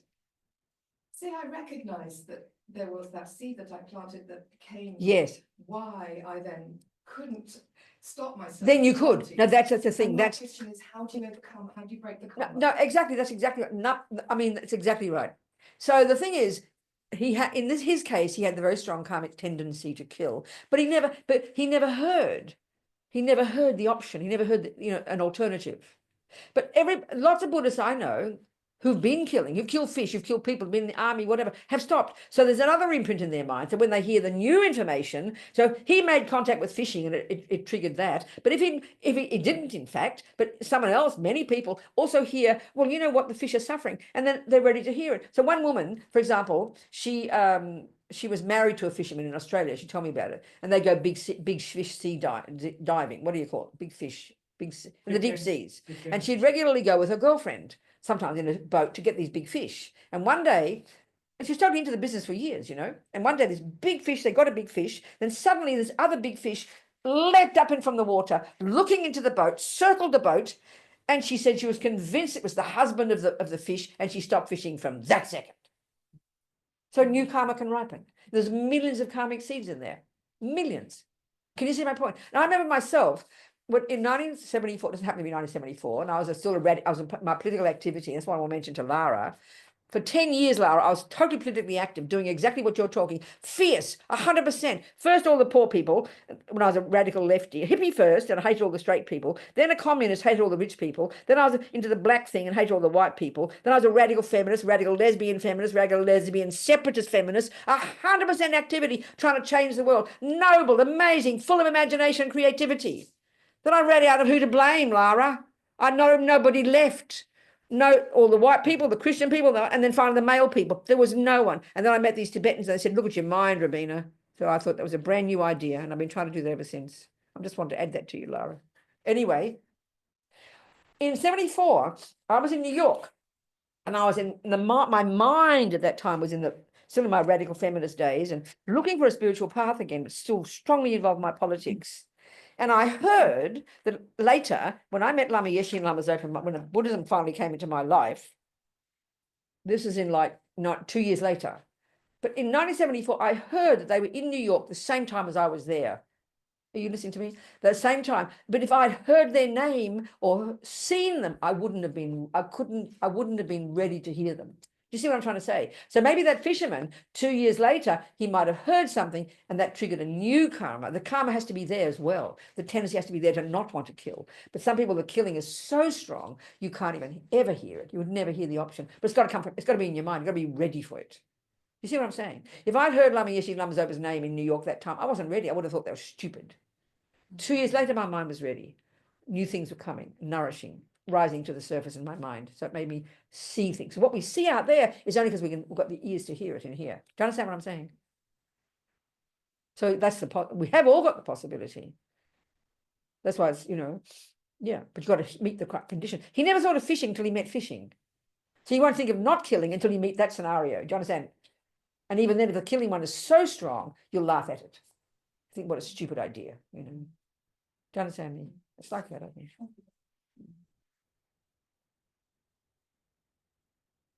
Did you have questions? Thank you, Venerable. Go, I'm looking for some practical advice. go. Because obviously, we've covered today how you said this is a long journey, Yes, and there's lots that's of right. practice and, and obviously I'm right at the beginning of and Yes. working with the basics. That's right. I have to deal, and obviously with your work in prisons, I have to deal quite often with Can you people hear on Zoom? Can you hear her? Okay, good. It's nursing I do, so Okay. I deal with quite often on a regular basis, people who have from alcohol, drugs, Sure. depression, suicide, Yes, that's right. and quite often, as in your words, they're off their heads. That's right. They can be the full spectrum. That's right. And my compassion sometimes at 3 o'clock in the morning, whereas Right. it is Difficult. and I mean, I do this job because everybody is needs help, but sometimes I suppose I'm asking for some practical advice at my beginning level to be How to stay able- steady in the face of all of this. Yes. Well, this is why, and sort of what I'm saying to Lara and all of us the same. It's a bit like if let's say describing you're playing tennis and you happen to be, at the moment you're describing playing Federer, aren't you? It's a really intense. So if you're not qualified in yourself to deal with Federer, you either just get in there and do your best, or it might destroy you, but that's why the learning from that is to go back to your own practice and to do your own practice every day and get stronger in yourself. Not to say, I must have compassion, but more steady with the attachment, more steady with the discipline, more steady with the self-respect. It takes time because that then enables you to be steady in the face of it. And not even maybe just to have compassion, but at least stay steady and not get thrown by it. Because what happens is when poor attachment when we're not that advanced, when it's such chaos out there, it throws us. Of course it does. When the weather's that bad, you get knocked over. So you've got to have the inner strength, and that comes from practice. So you are in the deep end. You've chosen this job, but so far you seem pretty good. So then keep going and learn from it, and just keep going back to your cushion to work on yourself. Give yourself a break from it. And don't demand too much of yourself. You can't be a saint yet. You're not a bodhisattva yet. Do you understand? But if you really get to the point, that's why when I heard about during the pandemic, the number of, helpers in hospitals killed themselves because they couldn't stand it. They couldn't cope with the pain. That's intense. So you got to be aware of what you can and can't cope with. You've got to really know that. Don't be too noble and run around until you break your back. Do you understand? And even the same Lara, it's wonderful, Lara. Don't call it imagination, call it compassion. You want to make the world a better place. How can you ever criticize that? But that's why the Dalai Lama says compassion is not enough. You've got to have wisdom. And yes, clairvoyance, Lara, but even more basic wisdom. And that's the wisdom of giving up our own attachment and our own emotional hunger and our own neediness and our own anger. That's the wisdom wing. So when that's more stable in you, you become more realistic. And then you'll become a better practitioner and a better political activist. Nothing wrong with political activity. Got to know our capabilities. Do you understand, Lara? Do you understand? Same thing for you. It's the same. It's just another scenario, We've got to know what we can and can't handle. Is it like it gets overwhelming? But like you say, Of course. it's in here. Yeah, when you're stronger in here, it won't be overwhelming. When you get to the level of being a bodhisattva, who are people who've given up all attachment, it's all grist for their mill. They give me more, please. They can handle it, you know. It's like if you're that good, you can handle Federer. Do you understand my point? Nothing wrong with, I mean, yeah, that's really a good, and I like that analogy. Federer might be playing terrible tennis and being mean to you as hell, but if you learn about your tennis, and if you can't handle it, and I know, Lara, it was an unfair question, but it's a good question, but this is also the karma between people. When you take the Buddha's view of karma, you're like bonded together. It's like almost you're in prison together when you've got strong karmic connection with certain people, which is why people stay in victim relationships. I mean, you had the bravery to leave, Lara. This is very amazing. And that's the big one to learn. Many people never, it's just like back like lemmings every time, you know. That's the intensity that shows the suffering of the person. We've got to be realistic, kind to ourselves about it, though, and know our own capability, and then strengthen. That's the wisdom wing. And then we are capable then of doing far more. First, because you're stronger yourself, but also because you've got less attachment and neuroses, and you're more stable, and you're more content in yourself. When we're content in ourselves, we're also more realistic about others.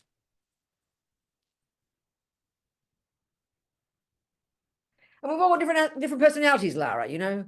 I mean, because I'm such a bossy person. When I got held up with a gun in New York, this boy in front of me with a gun in my breasts, give me your money, bitch. I told him to fuck off. Who does he think he are? How dare you are? I said, give me your money. I'm as poor as you. I mean, I'm still alive. So how dare anyone try to dominate me? So I'm a bit of a maniac. So I dealt with it like that, Lara. What to say? I'm not trying to be smarty pants. It just happened. But at the same time, my older sister, this shows karma, my older sister Jan, there were 7 of us, and she was 11 months older than me. She was mean to me. She bullied me, and I was like a child. I'd be crying on the floor. Nobody on the planet could harm me, even rapists. But my sister would upset me. So it just shows karma between people. You know, my sister Jan. You know, do you understand? I'd be even when I was 30, I'd be hooked every time by her mean words. And there was not, people would laugh at it, how pathetic it was, but that shows karma between people. Sometimes the karma is so strong. You understand me, Lara? My sister could upset me, but a gunman couldn't. Are you using clairvoyance to know that I needed to hear that just now? No, darling, I'm just telling you. I'm just giving you my own experience. Okay. There's another question. Where? On Zoom. Yes, sweetheart. Talk to me.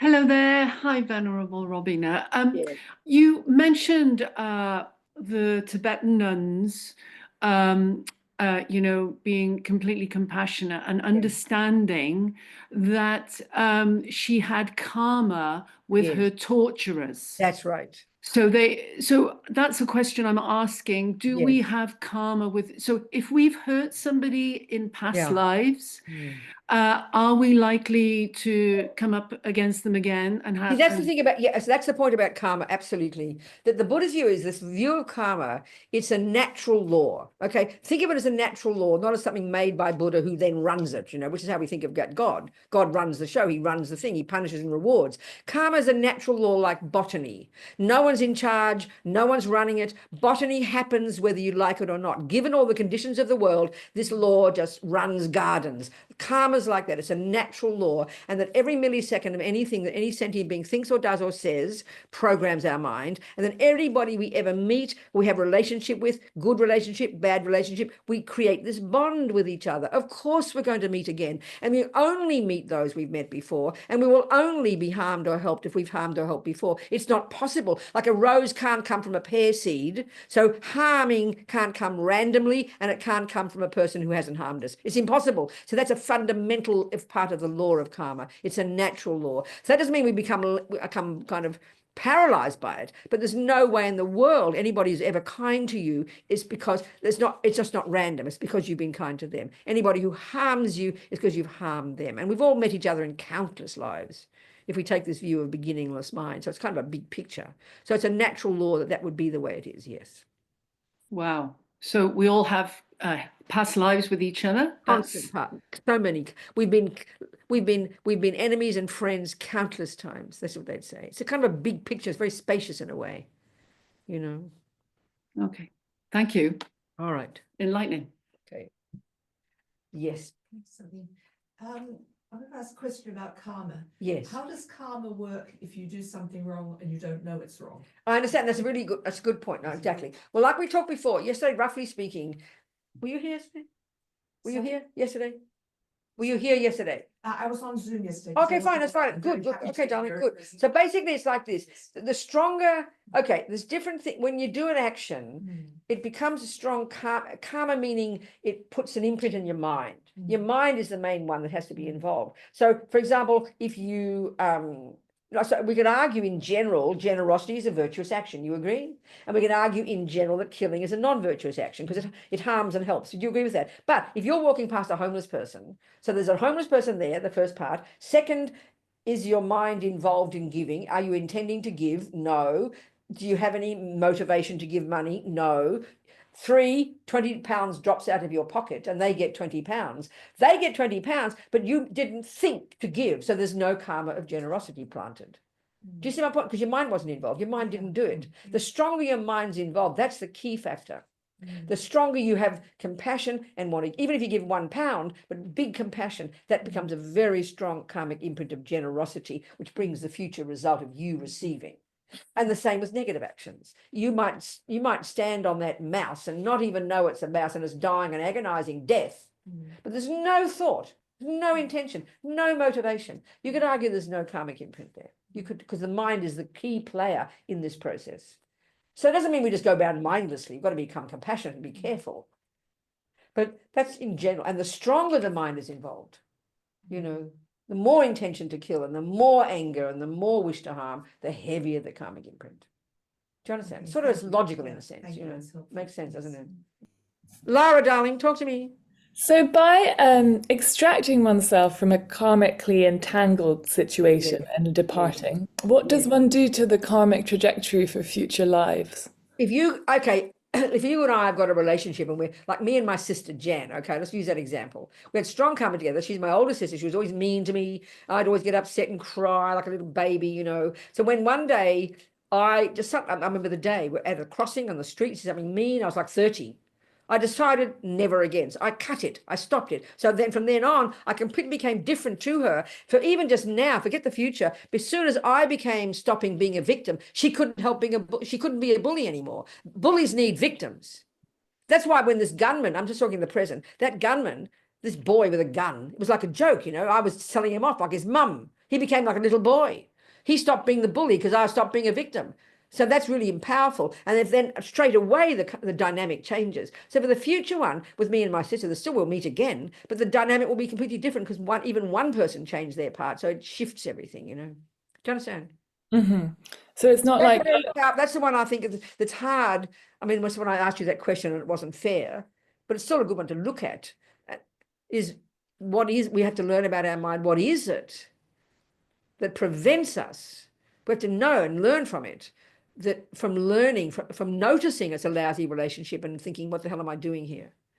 I mean, I'm not criticizing, but that shows sometimes a strong karma. I mean, I know, you know, for example, this a mother of a friend of mine, the daughter told me that the husband cheated on the wife like 45 years ago. They still live together in the house, in the same bed, and she's never forgiven him. And that's what I thought. I would rather die than live like that. And that's how so many relationships are, because we're paralyzed. You're scared to leave. You don't want to leave. You know, she is living in the same bed as that husband and still doesn't forgive him.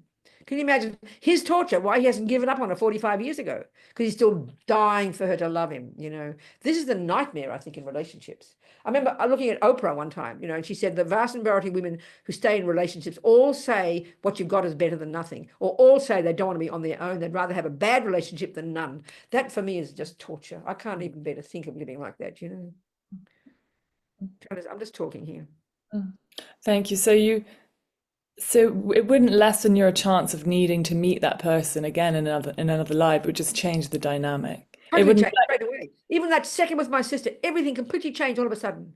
Straight away it changed. So she would be different because I was playing different tennis, you know.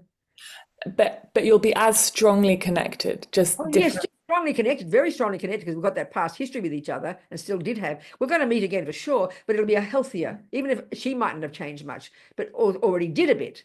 As soon as I changed, she also changed. So it gave her space to be different. So when you change your tennis, Federer is forced to change his tennis, and you'll keep, and of course you keep meeting, but it'll be a new dynamic. You know, it's very subtle, I think. Do you understand? Yes, thank you. It's hard not being a victim. Attachment is the sort of voice of a victim. We're all victims. We're all craved to be loved. That's our worst attachment, our deepest, most painful attachment. It's the hardest one to see. We somehow, this emotional hunger says I'm not enough. It basically is saying I'm only half a person. I'm not even enough. That's why we need other people to say you're a lovely person, Robina, smile at us, do nice things and praise us and love us, you know. And that's even when in your abusive relationships, watching this interview recently, the women who were abused, that, you know, I'd leave, or I, you know, he'd promised me he loves me, and because you're craving to be hearing the words "I still love you," even though he's just beaten you, you're craving to be told you, and he says "I love you" again, and then "I promise I won't harm you" again, and he does it again. So you keep hoping, like you, Lara, it'll all become perfect in the future. I'm just joking, not being mean. It's all right, darling. And then one day they decided it was enough after being abused. And I mean, yeah, so it's very interesting. Human beings. Animals are the same. Look at them, you know. This victim, this one of the gunmen with me, I could see as soon as I stopped being a victim, he stopped being a bully. How can a bully be a bully without a victim? You know, that's what we got to realize, that we are playing a role in this relationship instead of feeling like I'm a victim of it, which we are. And I know it's cruel, but our being a victim allows them to be. I allowed my sister to bully me, put it that way, but it took me until I was 30 until I stopped being a victim. It's very curious, isn't it? And naturally, she couldn't be the same. She was different. I changed my tennis. So she was forced to adjust her tennis. Animals are the same. You watch two dogs fighting. Suddenly one cringes and goes down, you know. And I think that's the point. Bullies, you know, it's a good word, bullies. I was a bully. I was a bully to all my sisters. I tell you, I was horrible. Bullies are like reversed victims. I remember I gave a talk. It was interesting. I gave a talk in prison one time to California to a group of men who'd been in there for domestic violence, beating up their wives, you know. And it was so moving because I understand that. I'm one of them. I'm just like that. I promise you. When I was a kid, I was horrible to my sisters. But when I look at myself, I was coming from this poor self-pity, Robina, it's not fair. No one listens to me. No one loves me. Do you understand? That's why I hurt people. But I understood that. So I understood those men in prison. They were so moved by it, you know. Somehow that I could be sympathetic to them because I understand how they feel. Are we communicating here? And even the same, even more, I'm just now talking. My father abused me sexually, several of his daughters. He's got 7 daughters. I love my father. I completely adore my father now. I understand my father, you know. But then, even that, I never really felt much like a victim, though. I had compassion for my father. I remember that. Having compassion for him. I knew he suffered more than me. I'm not trying to say I'm a saint. I'm not. Some of my sisters don't. Absolutely hate him, you know. I'm just talking, all right? Just talking, Lara. Okay. Inserting myself into all these discussions here for my own learning of these Buddhist words, you know. So it's not hard. Yes, darling. It's not really a question as much as I would like to know your perspective in this situation. Whenever I was maybe 14, Yeah. maybe 15, a girl beat me up in the street, and I knew of her. It was jealousy over a boy. Sure. And I did nothing. Like, I did nothing. I wasn't the victim and I wasn't a bully. I just did nothing. And she beat me up, and then she was like, oh shit, she's doing nothing. You mean you lay there? You didn't fight back? I there, I just stood, and then I kind of wiggled back. Oh, I forth. see. Okay, I got okay. kind of bloody. Okay. And then I looked, And then she stopped. Yeah. And I walked home, and I was covered in blood, and I thought, wow, that was strange. And then I got home, and I didn't know it was covered in blood. And my mum said, oh my God, that's right. what happened? Who did this to you? That's And right. I was like, Of course. oh, that was Wendy. And she said, oh, right, okay, well, she lives down the road. We're going to go to Wendy's house. And So I you said, did that, bloodied and all. You went Yeah. down to Wendy's house. Yeah. Good. What happened then? And then we went in the door, And Wendy was standing crying to her mum, saying, "I can't believe what I've just done. How I interesting. don't know why I did this." Isn't that interesting? And I thought that was a really interesting situation. That her response to it was that, Yeah, yes. yeah. So and what everyone happened when was- she saw your bloody body? Did she ask? She said she was really sorry. She couldn't believe what she'd done. She didn't know why she did How it. fascinating. Mhm. Isn't that fascinating? That's very fascinating, that one.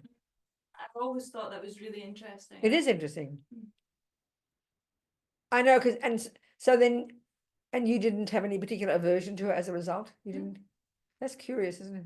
No, I just thought that was strange.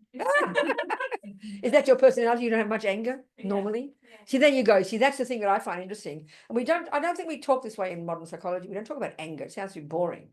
But when you see someone like you who doesn't have much anger, that's your response. If you're a really angry person, you would have screamed and kicked and hated her and sued her and got angry and upset, and which doesn't mean you were passive. No. No, I mean you just. But do you? No, that is very interesting. Angry people. You see, I find that also there's a good side to being angry as well. There's something, Lara, if you've got that angry mind. I don't know if you have. I have. But if you look at what angry mind is, angry is how they're this, and look at this is wrong, and that's wrong, and that's wrong, and that's wrong. But you can turn that into something good. I'm talking something different now, but something similar. You can turn it into good if you've got an angry mind. Do you see what I'm saying? You can make it motivated by the wish to make things better. So that's the point I'm saying to you, Lara. You can imagine all this imagination of yours, how better, and the better structures and all blah, blah, blah. Sounds wonderful. That's a critical mind. A critical mind says, this is wrong, that's wrong, this is wrong. That's what you're doing, right, Lara? You're finding fault. So turn it into something constructive, motivated by compassion. Then it becomes good. Martin Luther King, I always remember when I was a radical lefty, and he would say, it's good to see fault. It's good to see, it's good to be angry, he said, meaning there is injustice, there is racism, there is poverty, but don't just shout and yell, which is what typical angry people do, impotently. Just what can I do to help? So that's fine, Lara, but don't hold your breath.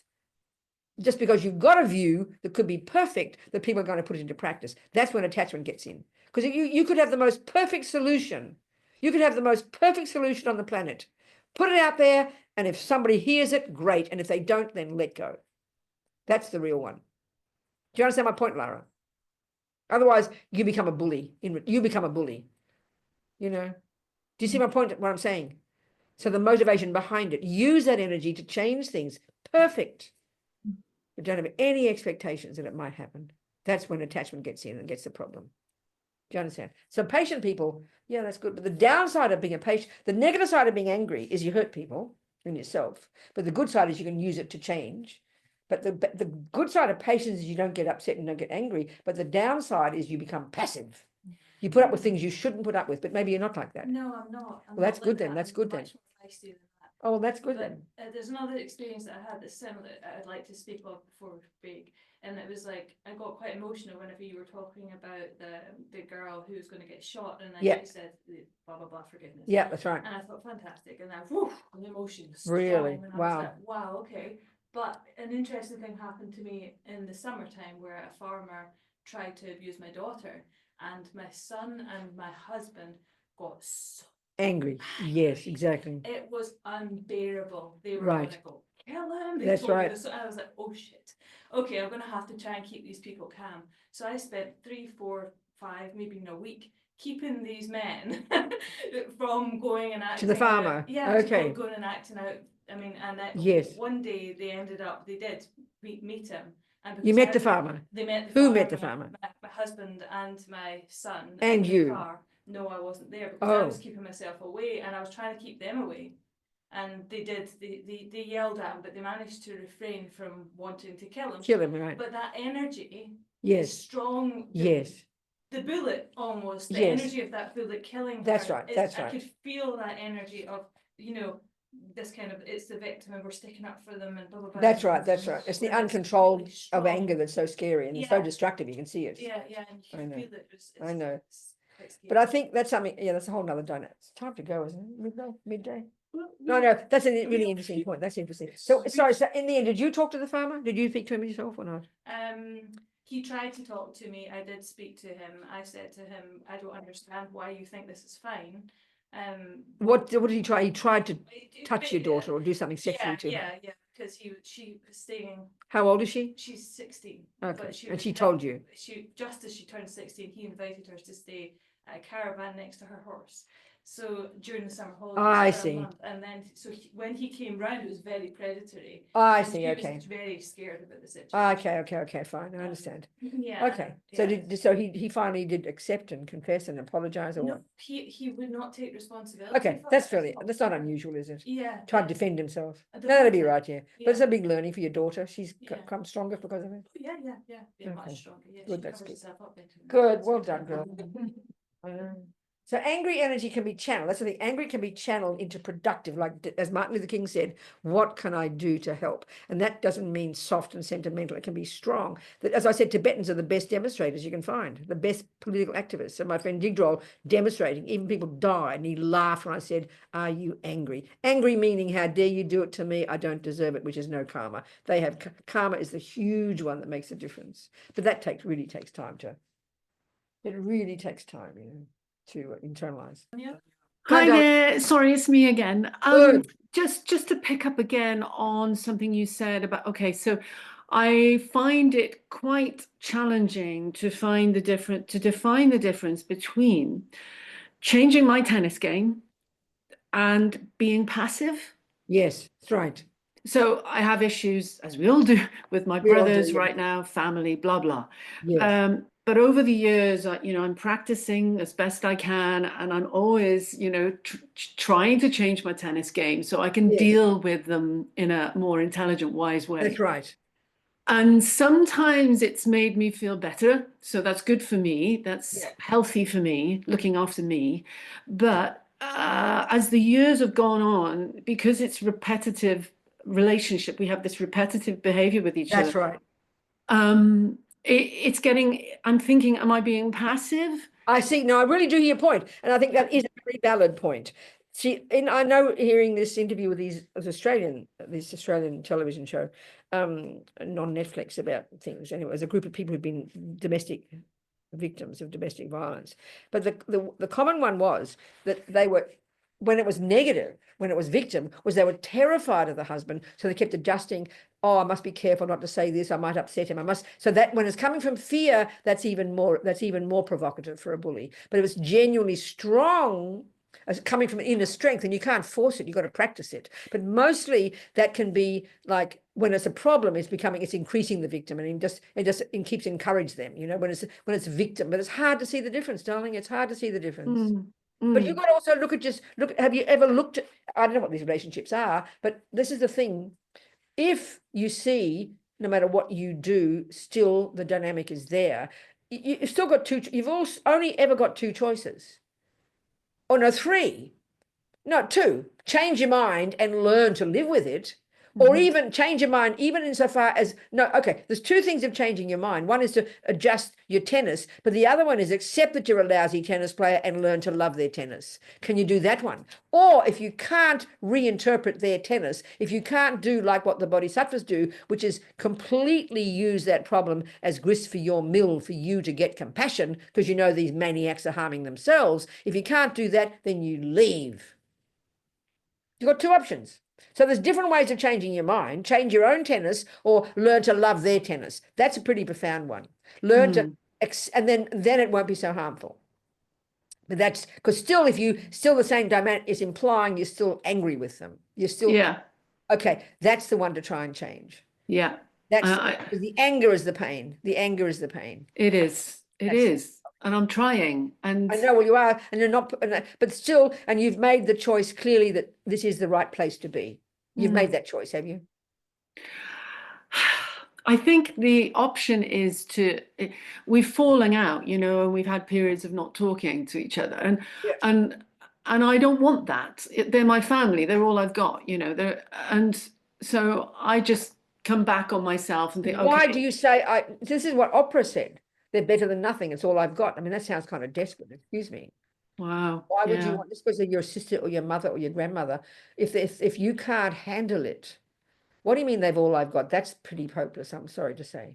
Well, sorry, it does sound hopeless, I agree. But I think because I'm single, I haven't got my own family, I haven't got a husband, and my parents died a long time ago. So I guess I'm a bit more needy than my brothers. Okay, well, that's I know it's as cruel as it sounds, but Yeah. that's the problem because you're Yeah. desperate, and that's what Oprah said about most of those women. They put up with it because it's better than having nothing, and that's kind of desperate. Yeah. So you've got to But look at that. I'm not saying you should cut off, but you should look at that part. Mm. Because that's what loneliness is. Loneliness is this very deeply instinctive sense that I'm nothing unless I've got somebody in front of me, even if they're being mean. No, come on. I mean, if we really work on it, I mean, it's okay. You've got to know where you're at, be where you are, you know. But maybe you've got to really learn to accept this person who, I mean, whatever it is, probably a sibling or something, learn to just love them for who they are. Stop interpreting them as bad. Stop expecting them to love you and expecting them to see you and hear you. That's the pain that can never be satisfied. And that's my practice, to love them for who they are. Be happy you're practicing. And maybe be happy you are practicing and also rejoice in your progress. Perhaps you're always thinking you're not progressing, but you are. So rejoice in your own efforts and be happy with yourself. You are Indeed. doing a good job. So be glad about that. And Yeah. how kind you are to them and how lucky they are to have you. Too right. Too Yeah. bloody right. That's Yes. exactly right, darling. Thank you. Okay. Thank you. We're going to have a break for lunch, okay, you people? Thank you, darlings. See you much. Thank you. Thank you, sweetheart. Happy to see you, Anna, darling, in Liverpool. So happy to see you, sweetheart. Bye.